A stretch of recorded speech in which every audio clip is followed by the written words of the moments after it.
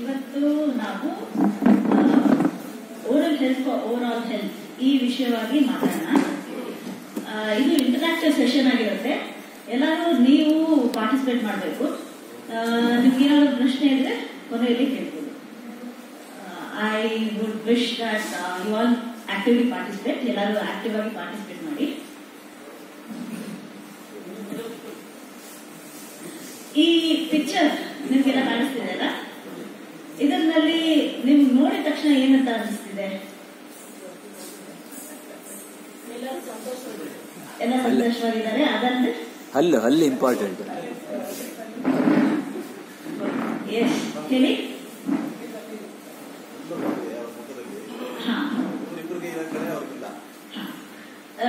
ನೀವು ನೋಡಿದ ತಕ್ಷಣ ಒಂದು ನೋಟಿಸ್ ಮಾಡಬಹುದು, ಅವರಲ್ಲಿ ಒಬ್ಬರಲ್ಲಿ ಒಂದು ಹಲ್ಲಿಲ್ಲ, ಮುಂದೆ ಇರೋ ಒಂದು ಹಲ್ಲಿಲ್ಲ.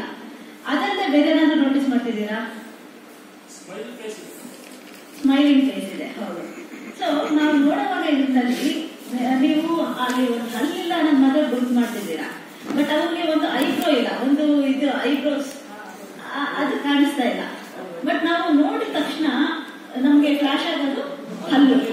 ಸೊ ಹಲ್ಲು ಎಷ್ಟು ಇಂಪಾರ್ಟೆಂಟ್ ಅನ್ನೋದು ನಮ್ಗೆ ಈಗ ಗೊತ್ತಾಗುತ್ತೆ. ನಾವು ಬೇರೆ ಏನಾದ್ರೂ ಕುಂದುಕೊರತೆ ಮುಖದಲ್ಲಿ ಇದ್ರೂ ಅಷ್ಟು ಅಬ್ಸರ್ವ್ ಮಾಡಕ್ ಹೋಗೋದಿಲ್ಲ. ಬಟ್ ಹಲ್ಲಿಲ್ಲ ಅಂದ್ರೆ ಅದು ಬಹಳ ಪ್ರಾಮಿನೆಂಟ್ ಆಗಿ ಕಾಣಿಸುತ್ತೆ ಅಲ್ವಾ?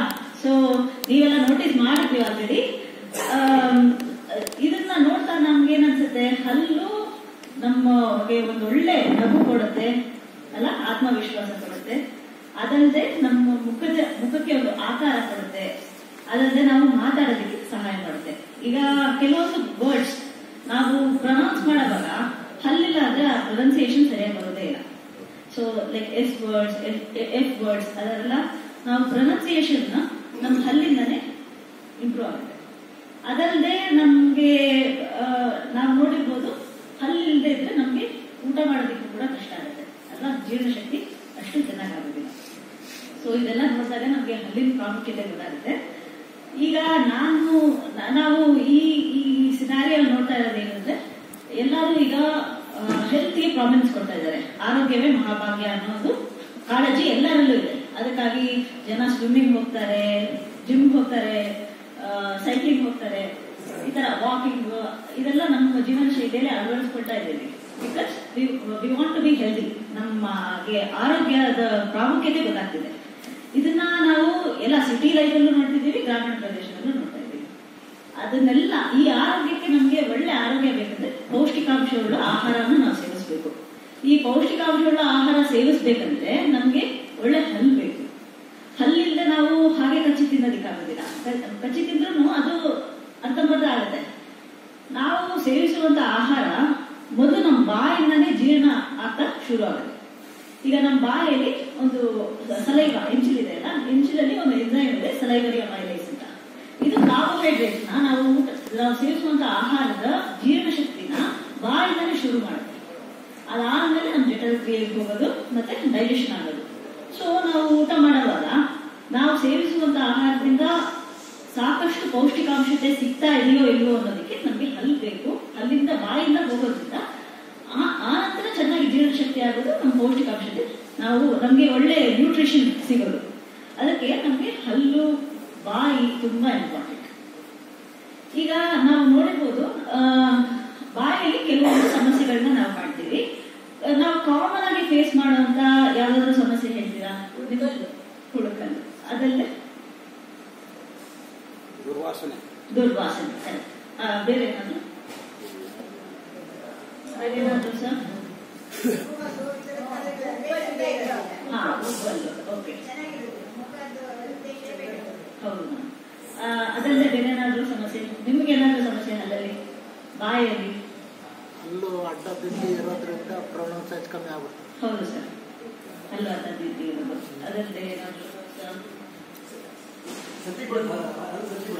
ಹಲ್ಲುಗಳಲ್ಲಿ ಸಂಧಿ, ಕರೆಕ್ಟ್, ವೆರಿ ಗುಡ್.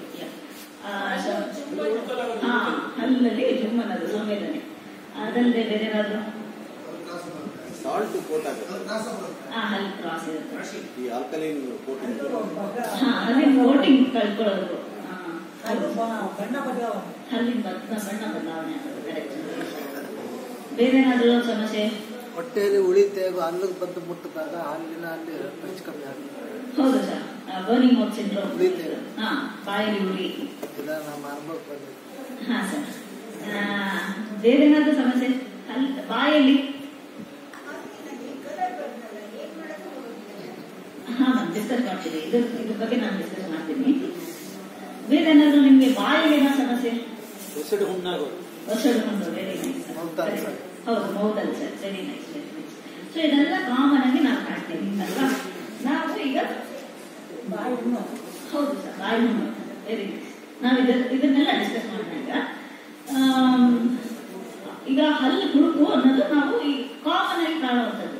ಹಲ್ಲು ಹುಡುಕಾದಾಗ ಏನ್ ಕಾರಣ ಹಲ್ಲು ಹುಡುಕಾಗುತ್ತೆ? ಸ್ವೀಟ್ ತಿನ್ನೋದ್ರಿಂದ. ಕರೆಕ್ಟ್. ನಾವು ಈಗ ನಮ್ಮ ಹಲ್ಲು ಎಲ್ಲ ಸ್ಮೂತ್ ಆಗಿರೋದಿಲ್ಲ, ಸ್ವಲ್ಪ ಮೇಲೆ ಕೆಳಗಡೆ ಇರುತ್ತೆಲ್ಲ ಗ್ರೂವ್ಸ್. ಈ ಹಲ್ಲಲ್ಲಿ ಒಂದು ಮೇಲೆ ಕೆಳಗಡೆ ಒಂದು ಕ್ರಸ್ಟ್ ಫೋಸಾಸ್ ಅಂತ ಹೇಳ್ತೀವಿ. ಈ ನಾವೇನಾದ್ರು ಸಿಹಿ ಪದಾರ್ಥ ತಿಂದಾಗ ಆ ಪದಾರ್ಥ ಹಲ್ಲು ಮಧ್ಯದಲ್ಲಿ ಸಿಕ್ಕಾಕೊಂಡು ಅದನ್ನ ನಮ್ಮ ಬಾಯಲ್ಲಿ ಬ್ಯಾಕ್ಟೀರಿಯಾ ಇರುತ್ತಲ್ಲ, ಆ ಬ್ಯಾಕ್ಟೀರಿಯಾ ಆ ಸಕ್ಕರೆ ಅಂಶವನ್ನ ಆಮ್ಲವನ್ನಾಗಿ ಪರಿವರ್ತಿಸುತ್ತೆ. ಅಂದ್ರೆ ಬ್ಯಾಕ್ಟೀರಿಯಾ ಅದನ್ನ ಆಸಿಡ್ ಆಗಿ ಕನ್ವರ್ಟ್ ಮಾಡಿ ಹಲ್ಲಲ್ಲಿ ಹುಡುಕಾಗೋದು ಶುರು ಆಗುತ್ತೆ. ಸೊ ನಿಮ್ಗೆ ಕಾರಣ ಗೊತ್ತಾಯ್ತು. ನಾವು ಯಾವ್ದಾದ್ರು ಆಹಾರ ಸೇವಿಸಿದಾಗ ಆಹಾರನ ಇಮಿಡಿಯೇಟ್ ಆಗಿ ನಾವು ಅಟ್ಲೀಸ್ಟ್ ಬಾಯಿ ಮುಕ್ಕಿಡ್ಸ್ಬೇಕು, ಆದ್ರೆ ಬ್ರಷ್ ಮಾಡಬೇಕು. ಅದನ್ನ ಬ್ರಷ್ ಮಾಡದೆ ಬಾಯಿ ಮುಕ್ಕಿಡಿಸದೆ ಹಾಗೆ ಒಂದು ಅರ್ಧ ಗಂಟೆ 1 ಗಂಟೆ ಬಿಟ್ಬಿಟ್ರೆ ಆ ಹಲ್ಲಿನ ಜಾಗದಲ್ಲಿ ಕ್ರಮೇಣವಾಗಿ ಬ್ಯಾಕ್ಟೀರಿಯಾ ಸೇರ್ಕೊಂಡು ಬ್ಯಾಕ್ಟೀರಿಯಾ ಆ ಸಕ್ಕರೆ ಅಂಶವನ್ನು ಆಮ್ಲವನ್ನಾಗಿ ಪರಿವರ್ತಿಸಿ ಆ ಆಸಿಡ್ ಹಲ್ಲು ಹುಳುಕ್ ಮಾಡ್ತಾ ಹೋಗುತ್ತೆ. ಇದೇ ತರ ನಾವು ಕ್ರಮೇಣ ಒಂದು ಸಣ್ಣ ಹುಳುಕಾದ ತಕ್ಷಣ ಟ್ರೀಟ್ಮೆಂಟ್ ಮಾಡಿಸದೇ ಇದ್ದಲ್ಲಿ ಅದು ದೊಡ್ಡದಾಗಿ ಹಲ್ಲು ಕಲರ್ ಚೇಂಜ್ ಆಗೋದು, ಮತ್ತೆ ಒಂದು ಸ್ವಲ್ಪ ಆಳ ಆದಾಗ ಹಲ್ಲಿನಲ್ಲಿ ಜುಮ್ ಅನ್ನೋದು ಸಂವೇದನೆ ಆಗೋದು, ಮತ್ತೆ ಇನ್ನೂ ಆಳ ಆದಾಗ ನೋವಾಗೋದು, ಮತ್ತೆ ಆ ಹಲ್ಲಿಂದ ಕೆಳಗಡೆ ಬುಡದಲ್ಲಿ ಇನ್ಫೆಕ್ಷನ್ ರೀಚ್ ಆದ್ರೆ ಕೀವಾಗೋದು, ಊತ ಆಗೋದು, ಈ ತರ ಎಲ್ಲ ಸಮಸ್ಯೆಗಳನ್ನ ಕಾಣ್ತೀವಿ. ಸೊ ಇದರಲ್ಲಿ ನಾವು ನೋಡ್ಬೋದು ಈ ಪಿಕ್ಚರ್ ಅಲ್ಲಿ ಒಂದು ಚಿಕ್ಕ ಮಗುದು ಬಾಯಲ್ಲಿ ಎಲ್ಲ ಹಲ್ಲು ಹುಡುಕಾಗಿದೆ. ಹುಡುಕಾಗಿ ನಾವು ಎಷ್ಟು ಹುಡುಕಾಗಿದೆ ಅಂದ್ರೆ ಹಲ್ಲು ಪುಡಿ ಪುಡಿಯಾಗಿ ಬರೀ ಹಲ್ಲಿನ ಬೇರ್ ಮಾತ್ರ ಕಾಣಿಸ್ತಾ ಇದೆ. ಅದೇ ಪಕ್ಕದ ಫೋಟೋದಲ್ಲಿ ನೀವು ನೋಡ್ಬೋದು ಒಂದು ಸಣ್ಣ ಹಲ್ಲು ಹುಡುಕಾಗಿರೋದು. ನಾವು ಸಣ್ಣ ಹಲ್ಲು ಹುಡುಕಾಗಿರೋದನ್ನ ಆಗ್ಲೇ ಅಟೆಂಡ್ ಮಾಡಲಿಲ್ಲ ಅಂದ್ರೆ ಈ ತರ ದೊಡ್ಡದಾಗಿ ಹಲ್ಲು ಕ್ರಮೇಣ ಪುಡಿ ಪುಡಿಯಾಗಿ ಬಿಡೋಗುತ್ತೆ. ಸೊ ನಾವು ಈಗ ಕಾರಣ ಗೊತ್ತಾಯ್ತು ಹಲ್ಲು ಯಾಕೆ ಹುಡುಕಾಗುತ್ತೆ ಅಂತ, ಅದರದ್ದು ಲಕ್ಷಣಗಳೆಲ್ಲ ತಿಳ್ಕೊಂಡಿದ್ದೀವಿ. ಕೆಲವೊಬ್ಬರು ವಯಸ್ಸಾದವರಲ್ಲಿ ಈ ತರ ಬೇಡದಲ್ಲಿ ಕೂಡ ಹಲ್ಲು ಹುಡುಕಾಗುತ್ತೆ. ಸೊ ಈ ತರ ಒಂದು ಯಾವುದೇ ಒಂದು ಸಣ್ಣ ಹಲ್ಲು ಹುಡುಕಾದ ತಕ್ಷಣ ನಾವು ಡಾಕ್ಟರ್ ಹತ್ರ ಹೋಗಿ ಅಟೆಂಡ್ ಮಾಡಿಸ್ಕೊಳ್ಳೋದು ಉತ್ತಮ. ಇಲ್ಲಾಂದ್ರೆ ಅದೇ ಕ್ರಮೇಣವಾಗಿ ಹಲ್ಲು ಪುಡಿ ಆಗೋದು, ನೋವು ಬರೋದು, ಮತ್ತೆ ರೂಟ್ ಕೆನಾಲ್ ಹೋಗೋದು, ಇದೆಲ್ಲ ಸಮಸ್ಯೆ ಆಗುತ್ತೆ. ಇದಲ್ಲದೆ ಈಗ ನಾವು ಈ ತರ ಇರೋ ಹಲ್ಲಿನಲ್ಲಿ ಆಹಾರ ಸೇವನೆ ಮಾಡೋದು ತುಂಬಾ ಕಷ್ಟನೂ ಆಗುತ್ತೆ. ನಾವು ಕ್ಲಿನಿಕಲ್ ಎಲ್ಲ ಕೆಲವೊಬ್ರು ತಾಯಂದಿರು ಬಂದು ಹೇಳ್ತಾರೆ ನಮ್ಮ ಮಗು ಊಟನೇ ಮಾಡ್ತಾ ಇಲ್ಲ ಅಂತ. ಈ ತರ ಹಲ್ಲಿದ್ದಾಗ ಅವ್ರಿಗೆ ಊಟ ಮಾಡೋದು ತುಂಬಾ ಕಷ್ಟ ಆಗುತ್ತೆ. ಈವನ್ ವಯಸ್ಸಾದವರಲ್ಲಿ ಕೂಡ ಹಲ್ಲಿ ತರ ಪುಡಿ ಪುಡಿ ಆಗಿದ್ದಾಗ ಹಲ್ಲು ಚೆನ್ನಾಗಿ ಊಟ ಮಾಡಿ ಜೀರ್ಣಶಕ್ತಿ ಕೂಡ ಇರೋದಿಲ್ಲ. ಇದಲ್ಲದೆ ನಾವು ಸಾಮಾನ್ಯವಾಗಿ ಕಾಣೋದು ಅಂದ್ರೆ ವಸಡಿನ ಸಮಸ್ಯೆ. ವಸಡಿನ ಸಮಸ್ಯೆನ ಲೋಳೆ ಹಲ್ಲು ಅಥವಾ ಕರಿಗಂಧ ಅಂತ ಕರಿತೀವಿ. ವಸಡು ನಮ್ ನಾರ್ಮಲ್ ವಸಡಿನ ಕಲರ್ ಯಾವ್ದಿರುತ್ತೆ? ಹಾ, ಪಿಂಕ್, ನಸು ಗುಲಾಬಿ ಬಣ್ಣ ಇರುತ್ತೆ. ಈಗ ಏನಾದ್ರು ಇನ್ಫೆಕ್ಷನ್ ಆದಾಗ, ಇನ್ಫೆಕ್ಷನ್ ಅಂದ್ರೆ ಯಾಕೆ ಇನ್ಫೆಕ್ಷನ್ ಆಗುತ್ತೆ? ನಾವು ಹಲ್ಲನ್ನ ಸರಿಯಾಗಿ ಉಜ್ಜಿಲ್ಲ ಅಂದ್ರೆ ಈಗ ನೀವು ನೋಡ್ಬೋದು ಹಲ್ಲಿನ ಸುತ್ತ ಪಾಚಿ ಆಗಿದೆ. ಆ ಪಾಚಿ ನಾವು ದಿನ ಊಟ ಮಾಡಿದಾಗ ಸ್ವಲ್ಪ ಬಾಯಿ ಮುಚ್ಚಿಕೊಂಡು ಬ್ರಷ್ ಮಾಡದೆ ಹೋದಾಗ, ಮತ್ತೆ ಕ್ರಮೇಣ ಒಂದು 6 ತಿಂಗಳಿಗೊಮ್ಮೆ ಅಥವಾ ವರ್ಷಕ್ಕೊಮ್ಮೆ ಕ್ಲೀನ್ ಮಾಡಿಸ್ಲಿಲ್ಲ ಅಂದ್ರೆ ಹಲ್ಲಿನ ಸುತ್ತ ದಂತ ಕೀಟ ಅಂತ ಹೇಳ್ತೀವಿ.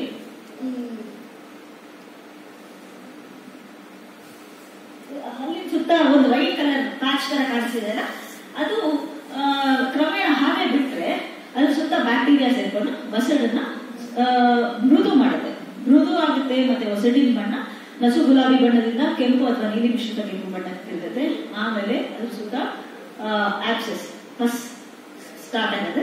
ಆಮೇಲೆ ನಮ್ಮ ಬೋನ್ಸ್ ಎಲ್ಲ ಮೆಲ್ಲ ಸಾಫ್ಟ್ ಆಗ್ತಾ ಹೋಗುತ್ತೆ. ಸಾಫ್ಟ್ ಆದ್ಮೇಲೆ ಹಲ್ಲು ಅಲುಗಾಡಕ್ಕೆ ಶುರುವಾಗುತ್ತೆ. ಅಲುಗಾಡಿ ಸ್ವಲ್ಪ ದಿನದಲ್ಲಿ ಕ್ರಮೇಣವಾಗಿ ಕೆಲವು ವರ್ಷದಲ್ಲಿ ಹಲ್ಲು ಬೀಳೋದು ಸಾಮಾನ್ಯ ಆಗುತ್ತೆ. ಸೊ ಈ ಪರಿದಂತ ಅಥವಾ ಪೆರಡಾಂಟೈಟಿಸ್ ಅನ್ನೋದು ನಾವು ಹಲ್ಲನ್ನ ನೀಟಾಗಿ ಮೇಂಟೈನ್ ಮಾಡಲಿಲ್ಲ ಅಂದ್ರೆ ಆಗುವಂತ ಒಂದು ಸಮಸ್ಯೆ. ಈಗ ಈ ಹಲ್ಲನ್ನ ನಾವು ಬಿದ್ದಾಗ ಕಟ್ಟಿಸ್ಲಿಲ್ಲ ಅಂದ್ರೆ ಏನಾಗುತ್ತೆ? ನಾವು ಆಗ್ಲೇ ತಿಳ್ಕೊಂಡಿದ್ದೀವಿ, ಹಲ್ಲು ಮುಖದ ಲಕ್ಷಣ ಹೋಗುತ್ತೆ, ಆಕಾರ ಬದಲಾಗುತ್ತೆ, ಜೀರ್ಣಶಕ್ತಿ ಕಡಿಮೆ ಆಗುತ್ತೆ, ಇದೆಲ್ಲ ಸಾಮಾನ್ಯವಾಗಿ ಕಾಣ್ತೀವಿ. ಹಲ್ಲು ಒಂದೋ ಎರಡೋ ಬಿದ್ದ ತಕ್ಷಣ ನಾವು ಹಲ್ಲು ಕಟ್ಟಿಸ್ಕೋಬೇಕು. ಹಲ್ಲು ಕಟ್ಟಿಸ್ಕೊಳ್ಳಿಲ್ಲ ಅಂದ್ರೆ ಏನಾಗುತ್ತೆ? ಆ ಪಕ್ಕದಲ್ಲಿರೋ ಹಲ್ಲು ಹೌದು ಸರ್, ಪಕ್ಕದಲ್ಲೂ ಡ್ಯಾಮೇಜ್ ಆಗುತ್ತೆ. ಪಕ್ಕದಲ್ಲೂ ಅಡ್ಡಾದಿಡ್ಡಿಯಾಗಿ ಚಲಿಸ್ತಾ ಹೋಗುತ್ತೆ. ಮೇಲಿರೋ ಹಲ್ಲು, ಕೆಳಗಡೆ ಇರೋ ಹಲ್ಲು ಸಪೋಸ್ ಬಿದ್ದೋಯ್ತು, ಮೇಲಿರೋ ಹಲ್ಲು ಕ್ರಮೇಣ ಕೆಳಗಡೆ ಜಾಗ್ತಾ ಹೋಗುತ್ತೆ. ಅದರಿಂದ ಆ ಪಕ್ಕದ ಹಲ್ಲು ಹಿಂದೆ ಮುಂದೆ ಕ್ರಿಸ್ ಕ್ರಾಸ್ ಆಗೋದು, ಅದ್ರ ಮಧ್ಯದಲ್ಲಿ ಊಟ ಸಿಕ್ಕಾಕೊಳ್ಳೋದು, ಆ ಊಟ ಸಿಕ್ಕಾಕೊಂಡು ಕ್ರಮೇಣ ಅದು ಹಲ್ಲು ಹುಡುಕಾಗೋದು, ಆಮೇಲೆ ನೋವು ಬರೋದು, ಊತ ಆಗೋದು, ಇದೆಲ್ಲ ಸಾಮಾನ್ಯವಾಗಿ ಕಾಣ್ತಾ ಇರ್ತೀವಿ. ಸೊ ನಾವು ಈಗ ಹಲ್ಲು ಕಳ್ಕೊಂಡಾಗ ಸೆಲ್ಫ್ ಎಸ್ಟೀಮ್ ಕೂಡ ಕಡಿಮೆ ಆಗುತ್ತೆ. ಅದನ್ನೆಲ್ಲ ಅವಾಯ್ಡ್ ಮಾಡೋದಕ್ಕೆ ಹಲ್ಲು ಕಟ್ಟಿಸ್ಕೋಬೇಕು. ಈಗ ಹಲ್ಲು ಕೆಲವು ಹಲ್ಲು ಬಿದ್ರೂ ಅದನ್ನ ಕಟ್ಸ್ಕೋಬೇಕು, ಅಥವಾ ಪೂರ್ತಿ ಹಲ್ಲು ತೆಗೆಸೋದ್ಮೇಲೆ ಹಲ್ಲು ಕಟ್ಸ್ಕೋಬೇಕು. ನೋಡಿ, ಈಗ ಈ ಫೋಟೋನಲ್ಲಿ ನೀವು ನೋಡ್ಬೋದು ವಾಟ್ ಇಸ್ ದ ಡಿಫರೆನ್ಸ್ ಅಂತ. ಕೆಲವು ಹಲ್ಲು ಮುಂದೆ ಇರೋ ಹಲ್ಲು ಬಿದ್ದಿದೆ, ಅದು ಕಟ್ಟಿಸಿದ್ಮೇಲೆ ಅವ್ರದ್ದು ಮುಖದ ಲಕ್ಷಣ ಬದಲಾಗಿದೆ. ಅದಲ್ಲದೆ ನಾವು ಪೂರ್ತಿ ಎಲ್ಲ ಹಲ್ಲು ಬಿದ್ದಾಗ ಅದನ್ನು ಕೂಡ ಒಂದು ಹಲ್ಲಿನ ಸೆಟ್ ಮಾಡ್ಬೋದು. ಸೊ ಹಲ್ಲು ಕಟ್ಟೋದಂದ್ರೆ ನಾವು ಫಿಕ್ಸ್ ಪಾರ್ಷಿಯಲ್ ಡೆಂಚರ್ ಆದ್ರೂ ಮಾಡಿಸ್ಬೋದು, ರಿಮೂವಬಲ್ ಪಾರ್ಷಿಯಲ್ ಡೆಂಚರ್ ಆದ್ರೂ ಮಾಡಿಸ್ಬೋದು. ರಿಮೂವಬಲ್ ಪಾರ್ಷಿಯಲ್ ಡೆಂಚರ್ ಅಂದ್ರೆ ಕೆಲವು ಹಲ್ಲು ಬಿದ್ದು ಅದನ್ನ ಮಾತ್ರ ಕಟ್ಟೋದು, ಅಥವಾ ಪೂರ್ತಿ ಫುಲ್ ಸೆಟ್ ಮಾಡೋದು. ಇದು ಈ ತರ ಏನಾದ್ರು ಸೆಟ್ ಮಾಡಿದಾಗ ಏನೆಲ್ಲ ಕೇರ್ ತಗೋಬೇಕು ಅಂತ ನಾವು ಸ್ವಲ್ಪ ತಿಳ್ಕೊಳ್ಳೋಣ. ಸಪೋಸ್ ಹಲ್ಲು ಸೆಟ್ ಮಾಡಿದ್ರೆ ಆ ಸೆಟ್ ನ ನಾವು ರಾತ್ರಿಯಲ್ಲಿ ತೆಗೆದಿರ್ಬೇಕು. ಆ ಹಲ್ಲು ಕಟ್ಸಿರೋ ಸೆಟ್ ನ ರಾತ್ರಿಯಲ್ಲಿ ತೆಗೆದಿರ್ಬೇಕು. ಅದನ್ನ ಹಾಕೊಂಡೆ ಹಾಗೆ ಮಲ್ಕೊಂಡಿಲ್ಲ. ನಿಮ್ಮ ಮನೇಲಿ ಯಾರಾದ್ರೂ ವಯಸ್ಸಾದವ್ರು ಇದ್ರೆ ಅಥವಾ ನಿಮ್ ಫ್ರೆಂಡ್ಸ್ ಯಾರಾದ್ರೂ ಹಲ್ಲು ಕಟ್ಸಿದ್ರೆ ನಾವು ಸಜೆಸ್ಟ್ ಮಾಡ್ಬೋದು ಏನ್ ಮಾಡ್ಬೋದು ಅಂತ. ಈ ತರ ಹಲ್ಲು ಕಟ್ಸಿದ್ರೆ ಆ ಹಲ್ಲ ತೆಗೆದು ರಾತ್ರಿಯಲ್ಲಿ ಇಟ್ಬಿಟ್ಟು ನಮ್ಮ ವಸಡನ್ನ ಸ್ವಲ್ಪ ಒಂದು ಒಳ್ಳೆ ಮಸಾಜ್ ಮಾಡಬೇಕು. ಆ ಮಸಾಜ್ ಮಾಡೋದ್ರಿಂದ ಒಳ್ಳೆ ಬ್ಲಡ್ ಸರ್ಕ್ಯುಲೇಷನ್ ಆಗುತ್ತೆ. ಈ ಸಪೋಸ್ ಡೆಂಚರ್ ಹಾಕಿದ್ರೆ ನಮಗೆ ಮಾತಾಡೋದಕ್ಕೆ ಏನಾದ್ರು ಕಷ್ಟ ಅನ್ಸಿದ್ರೆ ಕೆಲವು ದಿನ ಕಷ್ಟ ಆಗುತ್ತೆ. ಅದಕ್ಕೆ ಅಂತ ನಾವು ಡೆಂಚರ್ನ ಹಾಕೊಳ್ದೇನೆ ಬಿಡಬಾರ್ದು. ಆ ಡೆಂಚರ್ನ ರಾತ್ರಿಯಲ್ಲಿ ನೀರಲ್ಲಿ ಇಡಬೇಕು, ತೆಗೆದು ನೀರಲ್ಲಿ ಇಡಬೇಕು. ಮತ್ತೆ ಬೆಳಗ್ಗೆ ಸೋಪ್ ಅಂಡ್ ಬ್ರಷ್ ಅಲ್ಲಿ ಅದನ್ನ ಕ್ಲೀನ್ ಮಾಡ್ಕೊಂಡು ಹಾಕೋಬೇಕು. ಅದಲ್ಲದೆ ಏನಾದ್ರೂ ಡೆಂಚರ್ ಕೆಳಗಡೆ ಬಿದ್ರೆ ಮುರಿದು ಚಾನ್ಸಸ್ ಇದೆ. ಸೊ ಅದನ್ನ ಸ್ವಲ್ಪ ಕೇರ್ಫುಲ್ ಆಗಿ ಹ್ಯಾಂಡಲ್ ಮಾಡಬೇಕು. ಈ ಡೆಂಚರ್ ಹಾಕೊಳ್ಳುವಾಗ ನಾವು ಸ್ವಲ್ಪ ನ್ಯೂಸ್ ಪೇಪರ್, ಮ್ಯಾಗಝಿನ್ ಅದನ್ನೆಲ್ಲ ಜೋರಾಗಿ ಓದ್ತಾ ಇದ್ರೆ ಓದೋದು ಮಾತಾಡೋದು ಸುಲಭ ಅನ್ಸುತ್ತೆ. ಸೊ ಜಸ್ಟ್ ಬಿಕಾಸ್ ನಾವು ಮಾತಾಡೋದು ಕಷ್ಟ ಆಗ್ತಿದೆ ಅಂತ ಡೆಂಚರ್ನ ಅವಾಯ್ಡ್ ಮಾಡೋದು ಬೇಡ. ಅದು ಏನಾದ್ರು ಚೂಪ್ ಇದ್ರೆ ಡಾಕ್ಟರ್ ಹತ್ರ ಹೋಗಿ ತೋರಿಸ್ಕೋಬೇಕು. ಇಲ್ಲಾಂದ್ರೆ ಆ ಚೂಪ್ ಇರೋದು ತಾಕಿ ಗಾಯ ಆಗಿ ಕ್ರಮೇಣ ಅದು ಸಮಸ್ಯೆ ಆಗುತ್ತೆ. ಇದೆಲ್ಲ ನಾವು ಡೆಂಚರ್ ಇದ್ರೆ ತಗೊಳ್ಬೇಕಾದಂತ ಒಂದು ಪ್ರಿಕಾಷನ್ಸ್.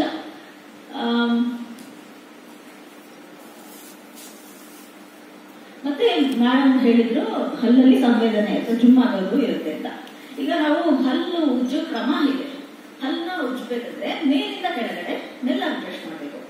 ಹೀಗೆ ಅಡ್ಡಾದಿಡ್ಡಿಯಾಗಿ ಬ್ರಷ್ ಮಾಡ್ತಾ ಇದ್ರೆ ಹಲ್ಲು ಕ್ರಮೇಣ ಸವಿತಾ ಹೋಗುತ್ತೆ. ಬಿಕಾಸ್ ಅದು ಫಾಲ್ಟಿ ಬ್ರಷಿಂಗ್ ಟೆಕ್ನಿಕ್, ಹಲ್ಲು ಸವಿಯುತ್ತೆ. ಅದಕ್ಕಾಗಿ ನಾವು ಬ್ರಷ್ ಮಾಡುವಾಗ ಯಾವಾಗಲೂ ಕೇರ್ ತಗೋಬೇಕು. ಮೇಲಿಂದ ಕೆಳಗಡೆ ಮತ್ತೆ ಎಲ್ಲ ಒಳಗಡೆ ಎಲ್ಲಾನು ಕೂಡ ಬ್ರಷ್ ಮಾಡಬೇಕು. ಬ್ರಷ್ ಮಾಡೋದು ನಾವು 2-3 ನಿಮಿಷ ಮಾತ್ರ ಮಾಡಬೇಕು, ಅದಕ್ಕಿಂತ ಜಾಸ್ತಿ ಮಾಡಬಾರ್ದು. ಮತ್ತೆ ಹಾರ್ಡ್ ಬ್ರಷಸ್ ಯೂಸ್ ಮಾಡಬಾರ್ದು. ಯಾಕಂದ್ರೆ ನಮ್ಮ ಹಲ್ಲು it is something very precious. ನಾವು ಚಿನ್ನ ಬೆಳ್ಳಿನೆಲ್ಲ ಕ್ಲೀನ್ ಮಾಡೋವಾಗ ಹಾಕಿ ಉಜ್ಜಿ ಎಲ್ಲ ತೇಯ ಮಾಡೋದಿಲ್ಲ ಅಲ್ಲ. We take some precautions. ಅದೇ ತರ ನಾವು ಹಲ್ಲು ಉಜ್ಜುವಾಗ್ಲೂ ಪ್ರಿಕಾಷನ್ ತಗೊಂಡು ಎಲ್ಲ ಹಲ್ಲು ಉಜ್ಜಬೇಕು.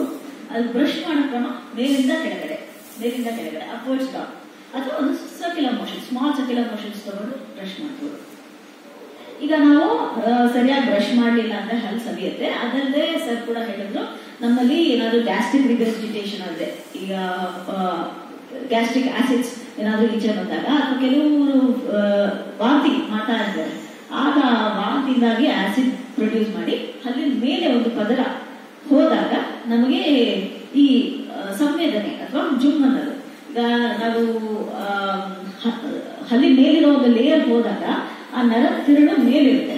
ಸೊ ನಾವು ಏನಾದ್ರು ತುಂಬಾ ಬಿಸಿ ಅಥವಾ ತುಂಬಾ ತಣ್ಣಗಿರೋ ಪಾನೀಯ, ಐಸ್ ಕ್ರೀಮ್ ಅಥವಾ ಏನಾದ್ರು ತುಂಬಾ ಬಿಸಿ ಇರೋಂತ ತಕ್ಷಣ ಜುಮ್ ಅನ್ನೋದು ಕಾಣಿಸ್ಕೊಳ್ಳುತ್ತೆ.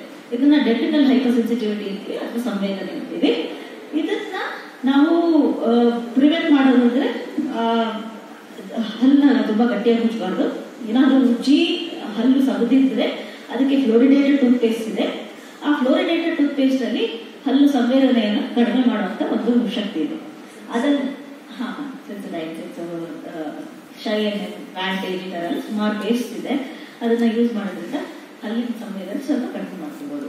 ಅದರಲ್ಲೇ ತುಂಬಾ ಜಾಸ್ತಿ ಸೌದೋಗಿದೆ ಅಂದ್ರೆ ನಾವು ಅದಕ್ಕೆ ಫಿಲ್ಲಿಂಗ್ಸ್ ಕೂಡ ಮಾಡಿಸ್ಕೋಬಹುದು ಡಾಕ್ಟರ್ ಹತ್ರ. ಇದೆಲ್ಲ ಪ್ರಿಕಾಷನ್ ತಗೊಳ್ಳೋದ್ರಿಂದ ಹಲ್ಲಿನ ಸಂವೇದನೆಯನ್ನು ನಾವು ಸ್ವಲ್ಪ ಕಡಿಮೆ ಮಾಡ್ಕೋಬಹುದು. ಮತ್ತೆ ನಾವು ಕೇಳಿದ್ವಿ ಬಾಯಲ್ಲಿ ನಾವು ಬಾಯಿ ಹುಣ್ಣು ಅಥವಾ ಓರಲ್ ಕ್ಯಾನ್ಸರ್ ಇದೆಲ್ಲ ಸಾಮಾನ್ಯವಾಗಿ ಕಾಣುವಂತ ಬರೀ. ಈಗ ನಾವು ಓರಲ್ ಕ್ಯಾನ್ಸರ್ಗೂ ಬಾಯಿ ಹುಣ್ಣಿಗೂ ಏನು ವ್ಯತ್ಯಾಸ? ಈ ಪಿಕ್ಚರ್ ಅಲ್ಲಿ ನಾವು ನೋಡ್ಬೋದು. ಈ ಬಾಯಿ ಹುಣ್ಣನ್ನ ನಾವು ಪದೇ ಪದೇ ಜನಗಳಲ್ಲಿ ಕಾಣ್ತಿರ್ತೀವಿ. 30% ಜನರಲ್ಲಿ ಈ ಬಾಯಿ ಹುಣ್ಣು ಅನ್ನೋದು ಕಾಮನ್ ಆಗಿ ಕಾಣುವಂಥದ್ದು.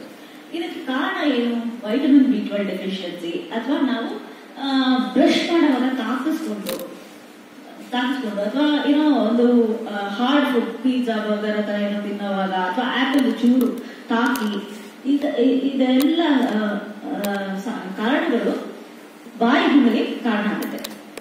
ಈ ನ್ಯೂಟ್ರಿಷನಲ್ ಡೆಫಿಷಿಯನ್ಸಿನೂ ಒಂದು ಕಾರಣನೇ ಬಾಯಿ ಹುಣ್ಣಿಗೆ. ಈ ಹುಣ್ಣಿಗೂ ಬಾಯಿ ಕ್ಯಾನ್ಸರ್ಗೂ ಏನ್ ವ್ಯತ್ಯಾಸ ಅಂದ್ರೆ, ಈ ನಾವು ಕಾಣುವಂತ ಬಾಯಿ ಹುಣ್ಣು ಸಾಮಾನ್ಯವಾಗಿ 1 ವಾರ ಇರ್ಬೋದು, 10 ದಿನ ಇರ್ಬೋದು. ಅದು ಸಣ್ಣ ಗಾತ್ರದಲ್ಲಿರುತ್ತೆ. Size is very small, 1 millimetre ಇಂದ 1 ಸೆಂಟಿಮೀಟರ್ ಒಳಗಡೆನೆ ಇರುತ್ತೆ. ಅದಕ್ಕಿಂತ ದೊಡ್ಡದಾಗಿ ಆಗೋದಿಲ್ಲ. ಈ ಹುಣ್ಣು ನಾವು ಮನೆ ಮದ್ದು, ಬೆಣ್ಣೆ, ತುಪ್ಪ ಎಲ್ಲ ಸವರಿದಾಗ ಅಥವಾ ಇದೆಲ್ಲ ಮನೆ ಮದ್ದಾಗಿ ಮಾಡ್ಬೋದು. ಮಾಡಿದಾಗ 10 ದಿನದಲ್ಲಿ ಅಥವಾ 1 ವಾರದಲ್ಲಿ ಅದು ಕಡಿಮೆ ಆಗ್ತಾ ಹೋಗುತ್ತೆ. ಈ ಹುಣ್ಣಾದಾಗ ನಾವು ನೋಡ್ಬೋದು ಬಾಯಲ್ಲಿ ಉರಿ ಆಗುವಂಥದ್ದು. ಯಾವ್ದೋ ಒಂದು ಖಾರ ಪದಾರ್ಥನ ತಿನ್ನೋದಕ್ಕೆ ತುಂಬಾ ಕಷ್ಟ ಆಗ್ಬೋದು ಅಲ್ವಾ? ಬಾಯಲ್ಲಿ ಏನಿಂಚು ಜಾಸ್ತಿ ಆಗುವಂಥದ್ದು, ಒಂದು ಕಿರಿಕಿರಿ ಇರುತ್ತೆ. ಇದನ್ನೆಲ್ಲ ತಡೆಗಟ್ಟಬೇಕು ಅಂದ್ರೆ ನಾವು ಪ್ರಿಕಾಷನ್ಸ್ ತಗೊಂಡು, ಮತ್ತೆ ಈ ಟೂತ್ ಪೇಸ್ಟ್ ಅಲ್ಲಿ ಕೂಡ ಸೋಡಿಯಂ ಲೊರೈಡ್ ಸಲ್ಫೇಟ್ ಅನ್ನೋ ಒಂದು ಅಂಶ ಇದೆ. ಕೆಲವೊಬ್ಬರಿಗೆ ಅದರಲ್ಲಿ ಡೆಂಟಿನಲ್ ಬಾಯಲ್ಲಿ ಹೈಪರ್ ಸೆನ್ಸಿಟಿವಿಟಿ ಆಗೋ ಚಾನ್ಸಸ್ ಕೂಡ ಇದೆ. ನಾವು ಪದೇ ಪದೇ ಟೂತ್ ಪೇಸ್ಟ್ ನ ಬದಲಾಯಿಸಿದ್ರು ಕೆಲವೊಬ್ಬರಲ್ಲಿ ಹುಣ್ಣಾಗುವಂತ ಚಾನ್ಸಸ್ ಇದೆ. ಇನ್ನು ಕೆಲವರಲ್ಲಿ hyper sensitivity because of oil ಅಥವಾ ವೀಟ್, ಈ ಅಂಶಗಳಿಂದ ಕೂಡ ಬಾಯಿ ಹುಣ್ಣಾಗುವಂತ ಚಾನ್ಸಸ್ ಇದೆ. ನಾನು ಹೇಳಿದೆ ಈ ಬಾಯಿ ಹುಣ್ಣು ಸೈಜ್ ನೋಡಿದಾಗ ನಮಗೆ ಗೊತ್ತಾಗುತ್ತೆ, ಮತ್ತೆ ಅದು ಬೇಗ ಗುಣ ಆಗುತ್ತೆ. ಅದೇ ಕೆಲವೊಬ್ರು ಈ ವ್ಯಸನಗಳು ಅಂದ್ರೆ ತಂಬಾಕು, ಮದ್ಯಪಾನ ಸೇವಿಸುವಂತ ಜನರಲ್ಲಿ ಈ ಬಾಯಿಯ ಅಲ್ಸರ್ ಆಗುವಂತ ಚಾನ್ಸಸ್, ಬಾಯಿಯ ಓರಲ್ ಕ್ಯಾನ್ಸರ್ ಆಗುವಂತ ಚಾನ್ಸಸ್ ಜಾಸ್ತಿ ಇರುತ್ತೆ. ಮತ್ತೆ ಈ ಡೆಂಚರ್ ಕೂಡ ಹಾಕಿ ಅಥವಾ ಯಾವುದೇ ಒಂದು ಹಲ್ಲು ಸವಿದಿದೆ ಅಂತ ನಾವು ಸುಮ್ಮನೆ ಇರಬಾರ್ದು. ಅದು ಹಲ್ಲು ಚೂಪಾಗಿದ್ದು ನಮಗೆ ತಾಗ್ತಾ ಇದೆ ಅಂದ್ರೆ ನಾವು ಹೋಗಿ ಡಾಕ್ಟರ್ನ ಮೀಟ್ ಮಾಡಿ ಅದನ್ನ ಸಮ ಮಾಡಿಸ್ಬೇಕು. ಇಲ್ಲ ಅಂದ್ರೆ ಆ ಹಲ್ಲು ಚೂಪಾಗಿರೋ ಹಲ್ಲು ಪದೇ ಪದೇ ಪದೇ ತಾಕಿ ಓವರ್ ಪೀರಿಯಡ್ ಆಫ್ ಟೈಮ್ ಅದೊಂದು ದೊಡ್ಡ ಅಲ್ಸರ್ ಆಗಿ ತಿರುಗಿಬಿಡುತ್ತೆ. ಈಗ ನಾವು ಓರಲ್ ಕ್ಯಾನ್ಸರ್ ಅಂದ್ರೆ ಸಾಮಾನ್ಯವಾಗಿ ವಯಸ್ಸಾದವರಲ್ಲಿ ಕಾಣೋದು. ಮತ್ತೆ ಈ ಸಾಮಾನ್ಯವಾದ ಅಲ್ಸರ್ ಎಲ್ಲ ವಯಸ್ಸಿನಲ್ಲೂ, ಕಿರಿಯರು ಹಿರಿಯರು ಎಲ್ಲ ವಯಸ್ಸಿನವರು ಕಾಣಬಹುದು. ಮತ್ತೆ ನಾನು ಹೇಳಿದ ಸೈಜ್ ಡಿಫ್ರೆನ್ಸ್ ಇದೆ ಅಂತ. ಈ ಅಲ್ಸರ್ ನಿಮ್ಗೆ 10 ದಿನ ಅಥವಾ 1 ತಿಂಗಳು ಮೇಲೂ ಇದ್ದು ಅದು ಕಡಿಮೆನೆ ಆಗ್ತಾ ಇಲ್ಲ, ನಮ್ಗೆ ಉರಿ ಊತ ಜಾಸ್ತಿ ಆಗ್ತಾ ಇದೆ, ಅದ್ರಲ್ಲಿ ಕೀವು ಬರ್ತಿದೆ, ರಕ್ತ ಬರ್ತಾ ಇದೆ, ಅಥವಾ ಊಟ ಆಗ್ತಿದೆ, ಗಂಟಲು ನೋವು ಬರ್ತಿದೆ, ರಕ್ತ ಬರ್ತಿದೆ, ಅಥವಾ ಅದಕ್ಕೆ ಬಣ್ಣ ಬದಲಾಗ್ತಿದೆ, ನಿಮ್ಗೆ ಮಾತಾಡೋದಕ್ಕೆ ಕಷ್ಟ ಆಗ್ತಿದೆ, ನುಂಗೋಕ್ ಕಷ್ಟ ಆಗ್ತಿದೆ, ಈ ತರ ಎಲ್ಲ ಒಂದು ಸಿಂಪ್ಟಮ್ಸ್ ಕಾರಣಾಗ ನಾವು ಖಂಡಿತ ಡಾಕ್ಟರ್ನ ಮೀಟ್ ಮಾಡಬೇಕು, ಮಾಡಿ ತೋರಿಸ್ಕೋಬೇಕು ಏನ್ ಸಮಸ್ಯೆ ಆಗಿದೆ ಅಂತ. ಇದನ್ನ ನಾವು ಬಯಾಪ್ಸಿ ಕಳಿಸಿ ಅದ್ರ ಮೇಲೆ ಏನಾದ್ರು ಸಮಸ್ಯೆ ಇದ್ರೆ ಅದು ಪ್ರಾಬಬಲಿ ಓರಲ್ ಕ್ಯಾನ್ಸರ್ ಇರ್ಬೋದು. ಈ ಓರಲ್ ಕ್ಯಾನ್ಸರ್ನ ನಾವು ತಡೆಗಟ್ಟಬೇಕು ಅಂದ್ರೆ ಸಣ್ಣದಾಗಿರೋವಾಗ್ಲೇನೆ ತೋರಿಸ್ಕೊಂಡ್ರೆ ಒಳ್ಳೆ ಟ್ರೀಟ್ಮೆಂಟ್ ಮಾಡಿಸ್ಬೋದು. ಅದು ಇನ್ನ ತುಂಬಾ ಜಾಸ್ತಿ ಆಗಿ ಬಾಡಿ ಎಲ್ಲ ಸ್ಪ್ರೆಡ್ ಆಗೋದು ಮುಂಚೆ ನಾವು ಪ್ರಿಕಾಷನ್ ತಗೊಳ್ಳೋದು ತುಂಬಾ ಒಳ್ಳೇದು. ಸೊ ಇದಕ್ಕೆ ಮೇನ್ ರೀಸನ್ ಅಂದ್ರೆ ತಂಬಾಕು ವ್ಯಸನ ಅಥವಾ ಆಲ್ಕೋಹಾಲ್, ಅದು ಮೇನ್ ರೀಸನ್. ಅದಲ್ಲದೆ ನಾನು ಹೇಳ್ದೆ ವೈರಸ್, ಕೆಲವೊಂದು ಜೆನೆಟಿಕ್ ಕಾರಣಗಳು ಕೂಡ ಇದೆ. ಸೊ ನೀವು ಈ ಪಿಕ್ಚರ್ ಅಲ್ಲಿ ಕಾಣ್ಬೋದು. ನಾಲ್ಗೆ ಮತ್ತೆ ಇದು ಈ ಭಾಗದಲ್ಲಿ ಅಂಗಳದಲ್ಲಿ, ನಾಲ್ಗೆಯಲ್ಲಿ, ಕಿರುನಾಲ್ಗೆಯಲ್ಲಿ, ನಾಲ್ಗೆ ಕೆಳಗಡೆ ಇಲ್ಲೆಲ್ಲ ಓರಲ್ ಕ್ಯಾನ್ಸರ್ ಆಗೋ ಚಾನ್ಸಸ್ ಇದೆ. ಅಂದ್ರೆ ಕೆಲವೊಂದು ನಾವು ನೋಡ್ಬೋದು ಹಳ್ಳಿಗಳಲ್ಲೆಲ್ಲ ಜನ ತಂಬಾಕು, ಈ ಕಡ್ಡಿ ಪುಡಿ ಅದನ್ನೆಲ್ಲ ಬಾಯಲ್ಲೇ ಇಟ್ಕೊಂಡು ಅದನ್ನ ಜಗಿತಾನೇ ಇರ್ತಾರೆ. Over a period of time ಅದನ್ನ ನುಂಗ್ಕೊಳ್ಳೋದು, ಅದು ರಾತ್ರಿ ಎಲ್ಲ ಕೂಡ ಇಟ್ಕೊಂಡು ಮಲ್ಕೊಳ್ಳೋದು, ಇದೆಲ್ಲ ಕಾಣ್ತೀವಿ. ಇದರಿಂದಾಗಿ ಈ ತರ ಒಂದು ಬಾಯಿ ಹುಣ್ಣಾಗಿ ಕ್ರಮೇಣ ಓರಲ್ ಕ್ಯಾನ್ಸರ್ ಆಗಿ ಬಂದ್ಬಿಡುತ್ತೆ. ಸೊ ನಾವು ತಿಳಿಬೇಕಾಗಿರೋದು, ನಾವು ನಮ್ಮ ಸುತ್ತಮುತ್ತ ಯಾರಾದ್ರೂ ನಮ್ಮ ಫ್ರೆಂಡ್ಸ್ ಅಥವಾ ಹಿರಿಯರು ಯಾರಾದ್ರೂ ತಂಬಾಕು ಯೂಸ್ ಮಾಡ್ತಿದ್ರೆ ಅವ್ರಿಗೆ ನಾವು ಸಜೆಸ್ಟ್ ಮಾಡಬೇಕು ಅಲ್ವಾ. ಇದು ನಮ್ಮ ಕರ್ತವ್ಯ.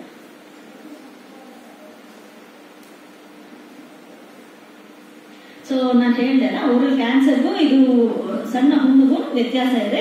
ಅದಕ್ಕೆ ನಾವು ಹೆದರೋದು ಬೇಡ. ಸಣ್ಣ ಹುಣ್ಣು ಆದಾಗ ಕೂಡ ನಾವು ಹೆದರುವಂತ ಅವಶ್ಯಕತೆ ಇಲ್ಲ. ನ್ಯೂಟ್ರಿಷನಲ್ ಡೆಫಿಷಿಯನ್ಸಿ ಇದ್ರೆ ವೈಟಮಿನ್ B12, ಐರನ್ ಸಪ್ಲಿಮೆಂಟ್ಸ್ ಎಲ್ಲ ತಗೊಂಡು ಅದನ್ನ ಕಡಿಮೆ ಮಾಡ್ಕೋಬಹುದು. ಅಥವಾ ಮನೆ ಮದ್ದಾಗಿ ಬೆಣ್ಣೆ, ತುಪ್ಪ ಎಲ್ಲ ತಗೊಂಡು ಮಾಡಲು ಕೂಡ ಹೇಳಿದ್ರು. ತೆಂಗಿನಕಾಯಿ, ಗಸಗಸೆ ಅದೆಲ್ಲ ಯೂಸ್ ಮಾಡಿದ್ರು ಕಡಿಮೆ ಆಗುತ್ತೆ. ಅದಲ್ಲದೆ ನಾವು ಈ ತಂಬಾಕು, ಈ ಅಂತ ಅಂಶಗಳನ್ನೆಲ್ಲ ಅವಾಯ್ಡ್ ಮಾಡಬೇಕು. ಖಾರ ಇರುವಂತ, ಕರ್ದಿರುವಂತಹ ಪದಾರ್ಥಗಳನ್ನ ಕಡಿಮೆ ಮಾಡ್ಕೋಬೇಕು. ರಿಸ್ಕ್ ಫ್ಯಾಕ್ಟರ್ ಇಂದ ಅದು ಟೊಬ್ಯಾಕೋ ಯೂಸ್ ಮಾಡೋದು. ಮತ್ತೆ ನಮ್ಗೆ ಈಗ ಗೊತ್ತಾಗಿದೆ, ಬಾಯಿಯ ಆರೋಗ್ಯಕ್ಕೂ ನಮ್ಮ ದೈಹಿಕ ಆರೋಗ್ಯಕ್ಕೂ ಒಂದು ನಿರ್ದಿಷ್ಟವಾದ ಸಂಬಂಧ ಇದೆ ಅಂತ ಅಲ್ವಾ. ಈಗ ನಾವು ಬಾಯಿ ನೋಡಿದ ತಕ್ಷಣ ಇವ್ರಿಗೆ ಏನೋ ಒಂದು ಸಮಸ್ಯೆ ಇದೆ ಅಂತ ಆಸ್ ಅ ಡಾಕ್ಟರ್ ನಾನು ಹೇಳ್ಬೋದು. ಬಾಯಿನ ನಾವು ಮುಖನ ಮನಸ್ಸಿನ ಕನ್ನಡಿಯಿಂದ ಹೇಳ್ತೀವಿ. ಮುಖ ನೋಡಿದ ತಕ್ಷಣ ನೀವು ಸಂತೋಷವಾಗಿದ್ದೀರಾ, ದುಃಖವಾಗಿದ್ದೀರಾ ಅಂತ ಇಮಿಡಿಯೇಟ್ ಆಗಿ ಹೇಳ್ಬೋದು. ಅದೇ ತರ ಬಾಯಿ ನಮ್ಮ ದೇಹದ ಕನ್ನಡಿ. ಬಾಯಿನ ನೋಡಿದಾಗ ನಿಮ್ಗೆ ಏನಾದ್ರು ಸಮಸ್ಯೆ ಇದೆಯಾ ಅಂತ ಹೇಳ್ಬೋದು. ಸೊ ಹೇಗೆ ಅಂದ್ರೆ, ಈಗ ನಮ್ಮ ಕೆಲವೊಂದು ಪೇಷಂಟ್ಸ್ ಬರ್ತಾರೆ. ಪೇಷಂಟ್ಸ್ ಅಲ್ಲಿ ಹಲ್ಲಿನ ಬುಡದಲ್ಲಿ ಕೀವಾಗುವಂಥದ್ದು, ಊತ ಆಗುವಂಥದ್ದು, ಪದೇ ಪದೇ ಊತ ಆಗುವಂಥದ್ದು, ಹಲ್ಲು ಅಲಗಾಡುವಂಥದ್ದು, ಇದನ್ನೆಲ್ಲ ಕಾಣ್ತೀವಿ.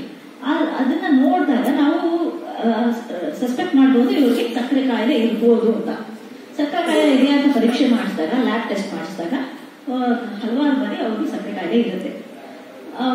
ಈಗ ಸಪೋಸ್ ಸಕ್ಕರೆ ಕಾಯಿಲೆ ಇದೆ, ಅದನ್ನ ಬಾಯಿ ಕೂಡ ರಿಲೀಸ್ ಆಗಿದೆ ಅಂದ್ರೆ ಸಕ್ಕರೆ ಕಾಯಿಲೆ ಬಾಯಿಯ ಇನ್ಫೆಕ್ಷನ್ ಅನ್ನ ಇನ್ಕ್ರೀಸ್ ಮಾಡುತ್ತೆ, ಹರಿದಂತವನ್ನ ಇನ್ಕ್ರೀಸ್ ಮಾಡುತ್ತೆ. ನಮ್ಮ ಹೊಸಡು, ಊತ, ಉರಿ ಊತ ಇದೆಲ್ಲ ಜಾಸ್ತಿ ಆಗ್ತಾ ಬರುತ್ತೆ. ಉರಿ ಊತದಿಂದ ಸಕ್ಕರೆ ಕಾಯಿಲೆ ಜಾಸ್ತಿ ಆಗುತ್ತೆ. ಎರಡು ಇಂಟರ್ ರಿಲೇಟೆಡ್, ಒಂದಕ್ಕೊಂದು ಇಂಟರ್ ರಿಲೇಟೆಡ್ ಇದೆ. ಸಕ್ಕರೆ ಕಾಯಿಲೆ ಇದೆ, ನಾನು ಡಾಕ್ಟರ್ ಹತ್ರ ಹೋಗ್ಲಿಲ್ಲ ಅಂದ್ರೆ ಇದು ನಮ್ಮ ಹೊಸಡಿನ ಕಾಯಿಲೆ ಇನ್ನೂ ಜಾಸ್ತಿ ಆಗುತ್ತೆ. ಹೊಸಡಿನ ಕಾಯಿಲೆ ಜಾಸ್ತಿ ಆಗಿದೆ ಅಂತ ನಾವು ಹಾಗೆ ಬಿಟ್ರೆ ಸಕ್ಕರೆ ಕಾಯಿಲೆ ಜಾಸ್ತಿ ಆಗುತ್ತೆ. Both are inter related. ನಾವು ಅದಕ್ಕೆ ಯಾವಾಗಲೂ once in 6 months ಹಲ್ಲಿನ ಕೇರ್ ತಗೊಳ್ಳೋದು ತುಂಬಾ ಇಂಪಾರ್ಟೆಂಟ್. ಮತ್ತೆ ಈ ಸಕ್ಕರೆ ಕಾಯಿಲೆಯಲ್ಲಿ ಏನಾಗುತ್ತೆ ಅಂದ್ರೆ ನಮ್ದು ಇಮ್ಯುನಿಟಿ ಸ್ವಲ್ಪ ಕಡಿಮೆ ಆಗುತ್ತೆ. ನಮ್ಮ ದೇಹದಲ್ಲಿ ರೋಗ ನಿರೋಧಕ ಶಕ್ತಿ ಸಕ್ಕರೆ ಕಾಯಿಲೆ ಇರೋದ್ರಲ್ಲಿ ಸ್ವಲ್ಪ ಕಡಿಮೆ ಇರುತ್ತೆ. ಆದ ಕಾರಣ ನಾವು ಡಾಕ್ಟರ್ ಹತ್ರ ಹೋಗಿ ಏನಾದ್ರು ಹುಣ್ಣಾದ್ರೆ ಅದು ಹುಣ್ಣು ಬೇಗ ವಾಸಿ ಆಗಲ್ಲ ಅನ್ನೋ ಭಯದಿಂದ ಡಾಕ್ಟರ್ ಹತ್ರನೇ ಹೋಗದೆ ಇರ್ತಾರೆ. ಆ ತರ ಎಲ್ಲ ಮಾಡ್ತಾ ಇರ್ಬಾರ್ದು. ಮತ್ತೆ ಈಗ ಸಪೋಸ್ ನನಗೆ ಸಕ್ಕರೆ ಕಾಯಿಲೆ ಇದೆ, ಸಕ್ಕರೆ ಕಾಯಿಲೆ ಇದ್ದು ಹಲ್ಲು ತೆಗೆಸ್ಕೋಬಾರ್ದು, ಈ ತರ ಎಲ್ಲ ಒಂದು ಯೋಚನೆ ಕೂಡ ಇರುತ್ತೆ. ಆ ತರ ಇದ್ದಲ್ಲಿ ನಾವೇನು ಹೆದರೋದು ಬೇಡ. ಹೋಗಿ fasting, post prandial blood sugar ಮತ್ತೆ HbA1c ಅದೆಲ್ಲ ಪರೀಕ್ಷೆ ಮಾಡಿಸಿ ನಾವು ಟ್ರೀಟ್ಮೆಂಟ್ ಮಾಡಿಸ್ಕೋಬಹುದು. ಹಲ್ಲು ತೆಗೆಸೋದು ಸಕ್ಕರೆ ಕಾಯಿಲೆ ಇದ್ದಲ್ಲಿ ಕೂಡ ತೆಗೆಸ್ಕೋಬಹುದು if it is with normal limits.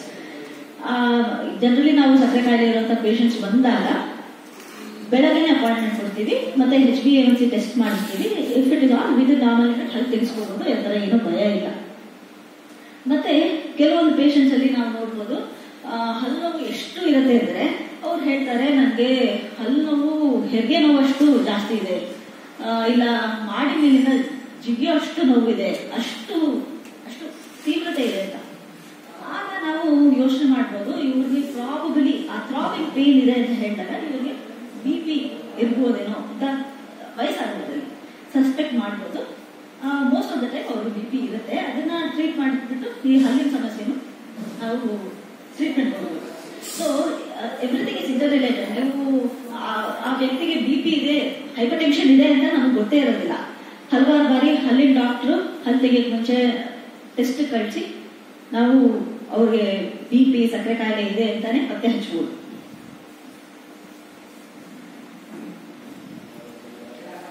ಮತ್ತೆ ಒಂದು ಅಮೆರಿಕನ್ ಡೆಂಟಲ್ ಅಸೋಸಿಯೇಷನ್ ವರದಿ ಪ್ರಕಾರ ಮತ್ತೆ ಯುರೋಪಿಯನ್ ಜರ್ನಲ್ ಆಫ್ ಕಾರ್ಡಿಯಾಲಜಿ ಇದರ ಈ ಸಂಶೋಧನೆಗಳ ಪ್ರಕಾರ ಏನ್ ಹೇಳ್ತಾರೆ ಅಂದ್ರೆ 10% ನಾವು 2 ಸಲ ಬ್ರಷ್ ಮಾಡೋದ್ರಿಂದಾನೆ ರಕ್ತದೊತ್ತಡನ ಕಡಿಮೆ ಮಾಡಬಹುದು, ಹಾರ್ಟ್ ಅಟ್ಯಾಕ್ ನ ಕಡಿಮೆ ಮಾಡಬಹುದು. ಇದೊಂದು ಸಂಶೋಧನೆ. ಸೊ ನಾವು ಏನಿಲ್ಲ ದಿನ 2 ಬಾರಿ ಬ್ರಷ್ ಮಾಡೋದ್ರಿಂದಾನೆ ಈ ಹಾರ್ಟ್ ರಿಲೇಟೆಡ್ ಪ್ರಾಬ್ಲಮ್ಸ್ ನ ಕಡಿಮೆ ಮಾಡಬಹುದು.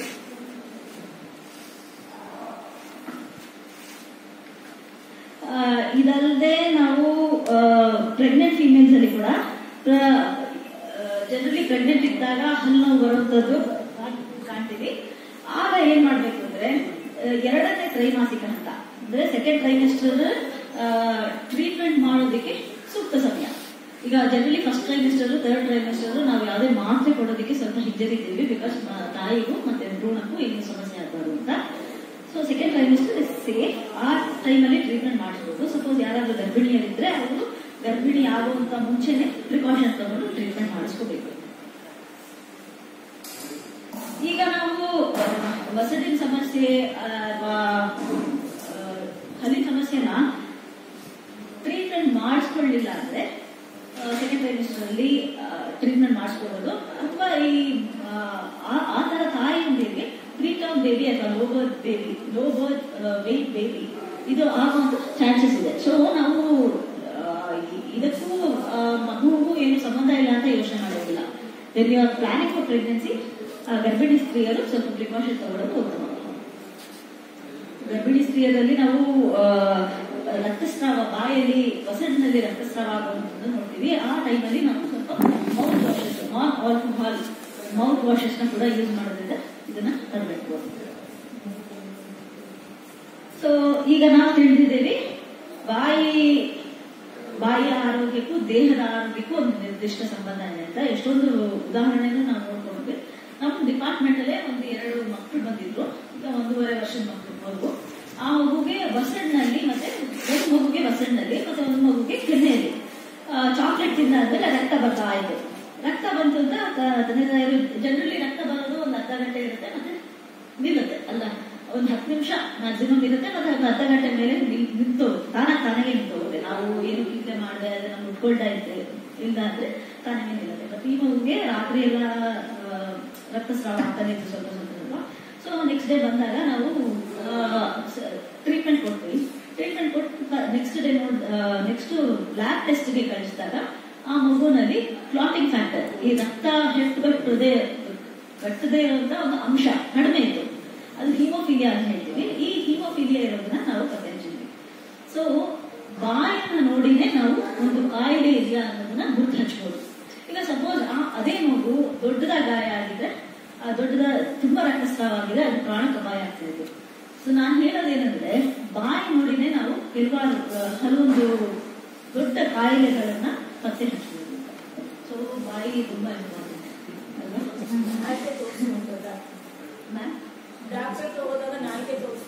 ಹೌದು, ಅದರಿಂದ ಕೆಲವೊಂದು ಬಣ್ಣ ಬದಲಾಗಿರೋದನ್ನೆಲ್ಲ ನೋಡಿ ಏನಾದ್ರು ಸಮಸ್ಯೆ ಇದೆ ಅಂತ ಪತ್ತೆ ಹಚ್ಚಬಹುದು. ಸೊ ನಮ್ಗೀಗ ಬಾಯಿ ಎಷ್ಟು ಮುಖ್ಯ, ಬಾಯಿಯ ಮಹತ್ವ ತಿಳ್ಕೊಂಡಿದ್ದೇವೆ. ಬಾಯಿ ಅಂದ್ರೆ ನಾವು ಬಾಯಿ ಕೇರ್ ಹಿಂಗ್ ತಗೊಳ್ಳೋದು, ದಿನ 2 ಸಲ ಬ್ರಷ್ ಮಾಡಬೇಕು, ಬೆಳಗ್ಗೆ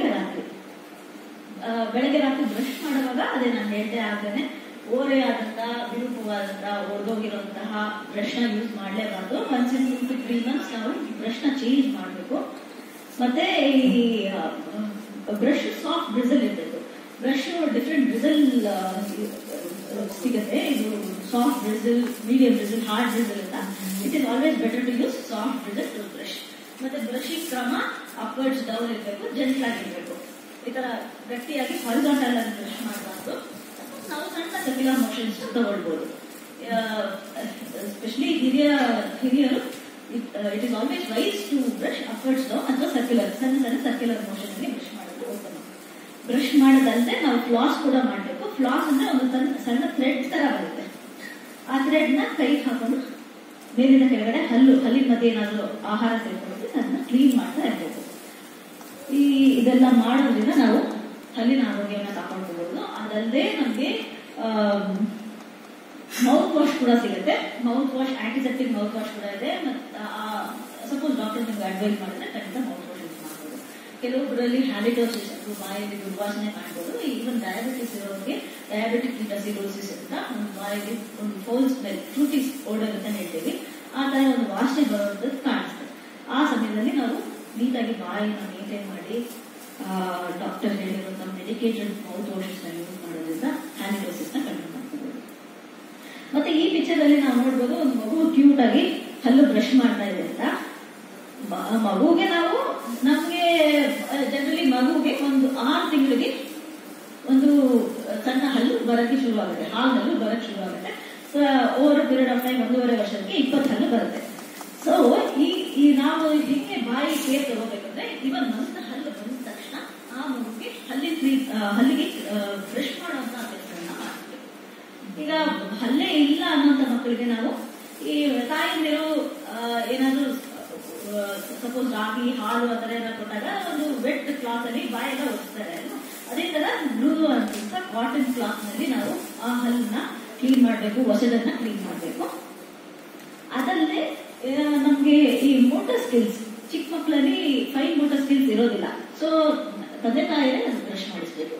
ಈ ಚಿಕ್ಕ ಮಕ್ಕಳಿಗೆ ಅಂತ ಸಾಫ್ಟ್ ಸಿಲಿಕೋನ್ ಬ್ರಷ್ ಸಿಗುತ್ತೆ, ಆ ಬ್ರಷ್ ಅಲ್ಲಿ ಬ್ರಷ್ ಮಾಡಿಸ್ಬೇಕು. ಈ ಮಗು ಉಚಿತ ಅಂತ ನಾವು ಕ್ಲೀನ್ ಮಾಡೋದು ನಮ್ಮ ಕರ್ತವ್ಯ. ಈಗ ನಾವು ಚಿಕ್ಕ ಮಕ್ಕಳಲ್ಲಿ ನೋಡ್ಬೋದು ಹಲ್ಲೆಲ್ಲ ಹಾಳಾಗಿ ಹುಡುಕಾಗಿ ಪುಡಿ ಪುಡಿ ಆಗೋದು, ನೋವು ಅಂತದ್ದು, ಮಕ್ಕಳು ಊತ ಬರುವಂಥದ್ದು ಇದೆಲ್ಲ ಕಾಮನ್ ಆಗಿ ಕಾಡ್ತೀವಿ. ಸೊ ಆಸ್ ಎಂಟರ್ಸ್ ನಮ್ದು ಕರ್ತವ್ಯ ಏನಂದ್ರೆ ನಾವೇ ಹಲ್ಲನ್ನ ಮುಚ್ಚಿಸ್ಬೇಕು. ಈ ಟೂತ್ ಪೇಸ್ಟ್ ಅಲ್ಲಿ ವಿವಿಧ ಬಗೆ ಇರುತ್ತೆ. ನೀವು ನಿಮ್ ಡಾಕ್ಟರ್ನ ಕೇಳಿದಾಗ ಅವ್ರು ಸಜೆಸ್ಟ್ ಮಾಡ್ತಾರೆ.